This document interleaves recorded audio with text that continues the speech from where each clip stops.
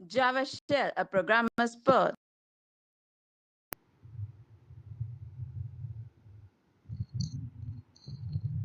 Hello friends, I hope मेरे आप tutorials enjoy कर रहे होंगे।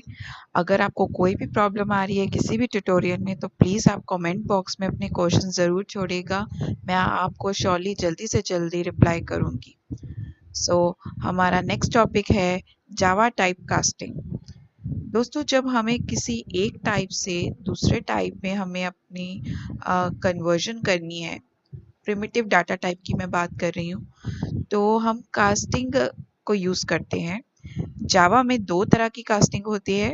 एक है ये वाइडनिंग कास्टिंग जो ऑटोमेटिकली हो जाती है, और एक है नैरोइंग कास्टिंग जो हमें खुद करनी पड़ती है। जो वाइडनिंग कास्टिंग है वो स्मॉलर से लार्जर टाइप में होती है, इसीलिए वो अपने आप कन्वर्ट हमारा जावा का टूल कर देता है। Like two byte to short, short to end. ये छोटे से बड़े हो रहे हैं तो ये अपने आप होगा। और जब हमें कभी बड़ी चीज़ को, किसी बड़ी वैल्यू को छोटी वैल्यू में असाइन करना है तो हमें मैनुअली ये करके दिखाना पड़ेगा।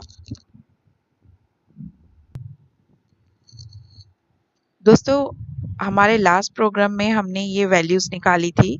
ये इंटीजर की रेंज है, ये बाइट की रेंज है, ये शॉर्ट की है, और ये हमारी लॉन्ग की रेंज है। इसके रेंज के विदिन ही हमें हर चीज़ रखनी होगी। और आज हम कास्टिंग इनकी कन्वर्जन में ही सीखेंगे। अगर इंटीजर टू बाइट हो रहा है, बड़े से छोटा हो रहा है, तो हमें किस तरह की कास्टिंग यूज़ करनी पड़ेगी। जैसे मैंने आपको बताया था, it will be narrowing casting, और अगर छोटे से बड़ा होगा तो it will be a widening casting. मैंने दो छोटे प्रोग्राम्स आपके लिए ऑलरेडी तैयार किए हैं और मैं आपसे डिस्कस करूँगी इसके बारे में। ये वाइटनिंग कास्टिंग की क्लास मैंने बनाई है। आप यहाँ पर सोर्स में जाकर क्लिक करके एक न्यू क्लास क्रिएट कर सकते हैं और उसे ही रन भी कर सकते हैं। मैंने भी ऐसी दो क्लासेस बनाई है, एक डब्ल्यू कास्टिंग के नाम से, एक एन कास्टिंग के नाम से। पहले पहले हम वाइटनिंग कास्टिंग का ये प्रोग्राम देखेंगे। पहले मैंने एक बाइट लिया है और उसकी value x is equal to 5 ली है। हमारी बाइट की रेंज -128 टू 127 के बीच में है। हम इसके बीच में कोई भी वैल्यू ले सकते हैं फ्रेंड्स। और हमने एक इंट वेरिएबल y लिया है, y को हमने x में असाइन कर दिया है।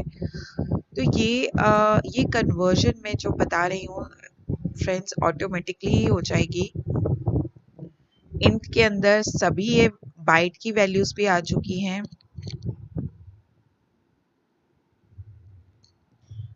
और इसीलिए हम इसकी कन्वर्जन में खुद मैनुअली कोई भी काम नहीं करेंगे। ये अपने आप ही इंटीजर में कन्वर्ट हो जाएगी। हम इसको रन कराकर अभी देखेंगे और देखेंगे कि इसकी वैल्यूज क्या आ रही हैं। आपको यहाँ से डब्ल्यू कास्टिंग सिलेक्ट करना है या फिर आप यहाँ भी सिलेक्ट कर सकते हैं और यहाँ आपको रन की कमांड देनी है। आप कंट्रोल शिफ्ट F10 भी दबा सकते हैं। आप देख ही रहे हैं कि वैल्यू ऑफ x भी कंफर्टेबली आ गई, कोई भी एरर नहीं आया, और y भी आ चुकी है 5, और इसमें कोई भी प्रॉब्लम नहीं आ रही है। अब हम करेंगे हमारी नैरोइंग कास्टिंग में ये प्रोग्राम हमने बनाया है इसका। दोस्तों, हम पहले इंट लेंगे, इंट x। मैंने कोई भी रैंडम नंबर ले सकते हैं जो इंटीजर की वेरिएबल के रेंज के विदिन हो। मैंने 205 लिया है, आप भी कोई भी नंबर ले सकते हैं। फिर मैंने शॉर्ट लिया है एक y, और उससे पहले मैंने ये कमांड दी थी। हम ये पहले नहीं लिखेंगे, मैं आपको ऐसे ही बताना चाहूँ। तो आप देख रहे हैं कि हमारी यहाँ पर एक एरर आ रही है, और ये एरर यही कह रही है कि आपका वेरिएबल जब ये 2052 से डिवाइड होगा तो पॉइंट्स में आएगा। It can be 102.5। तो ये हमारी वैल्यू स्पेसिफाई नहीं करता है, तो इसीलिए हमें यहाँ पर इंट की टाइप कास्टिंग करनी पड़ेगी।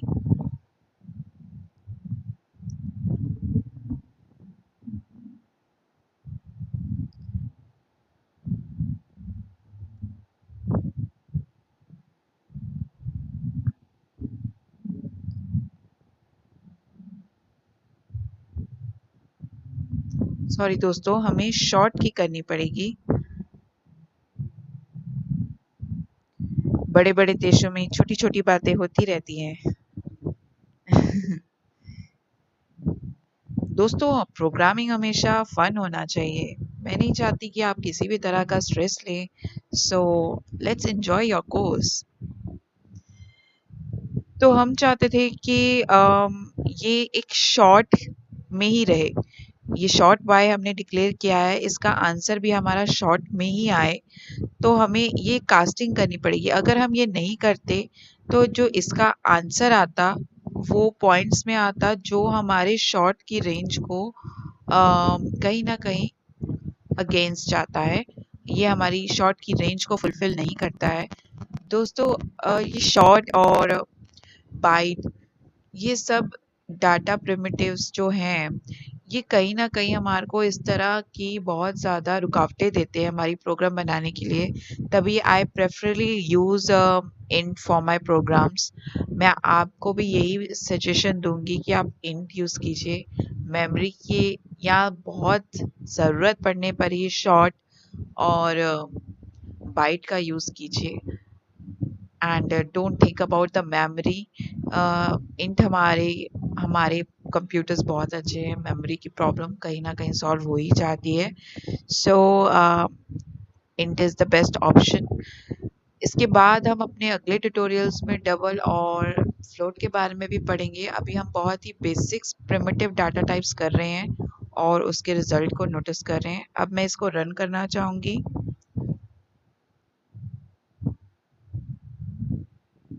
ये मैंने रन कर दिया है। अब आप देख रहे हैं कि आंसर 102.5 आना चाहिए, बट ये आंसर 102 ही आया है क्योंकि हमने यहाँ पर शॉर्ट असाइन कर दिया था। So the output will come accordingly and this is it. ये हमारा वाइटनिंग कास्टिंग और नैरोइंग कास्टिंग का टॉपिक कवर हो गया है। और आप इसमें लॉन्ग में भी चेंजेस कर सकते हैं। आप कुछ प्रोग्राम्स ट्राई कर सकते हैं और I will give you a task to do it. Uh, Let me think. I'll post in my next video a challenge for you, and you should do it. And definitely, I will help you after 5 to 10 minutes. Thank you, and just subscribe and like my tutorials, guys, so that I help you accordingly. Thank you. Please don't forget to like, subscribe, and share my page.